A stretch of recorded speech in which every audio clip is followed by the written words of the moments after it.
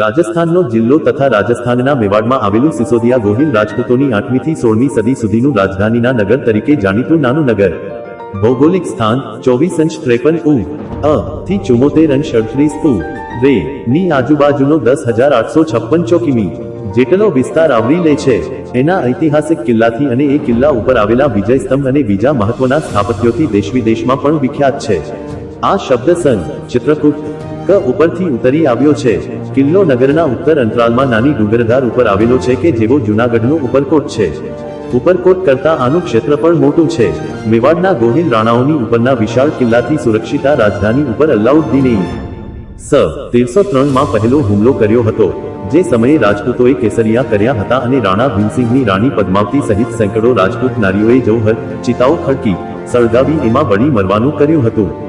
બીજું આક્રમણ ગુજરાતના સુલતાન બહાદુર શાહે 1534 થી 35 અને ત્રીજું આક્રમણ અકબરે 1.156 થી 68 કરી ચિત્તોડનગર અને કિલ્લો હસ્તગત કર્યા હતા.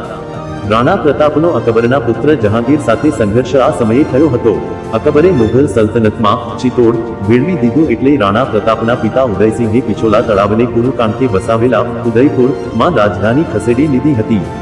મુસ્લિમ સત્તાઓના અનેક આક્રમણો સામે પ્રબળ સંઘર્ષ કરી ચૂકેલા ગોહિલ રાણાઓ અનનમ જ રહ્યા હતા. અનેક નાના મોટા સંઘર્ષોમાંથી પસાર થયેલા ચિત્તોડગઢ અનેક રાજમહેલો, હિન્દુ જૈન દેવાલયો, 12મી અને 15મી સદીમાં થયેલા કોતરકામોથી ભરેલા બે જયસ્તંભો, વિજયસ્તંભ અને કીર્તિસ્તંભ, અનેક તળાવો વગેરેથી પ્રવાસીઓનું આજે પણ આકર્ષણ કરી રહ્યા છે. ગઢમાં ઉપર પાણીના ઝરણા હોવાથી દક્ષિણની કિલ્લાની દિવાલ પરથી પાણી વહ્યા જ કરે છે, જે મુખ્ય રાજમાર્ગ પરથી વહી નગર બહાર નીકળી જાય છે.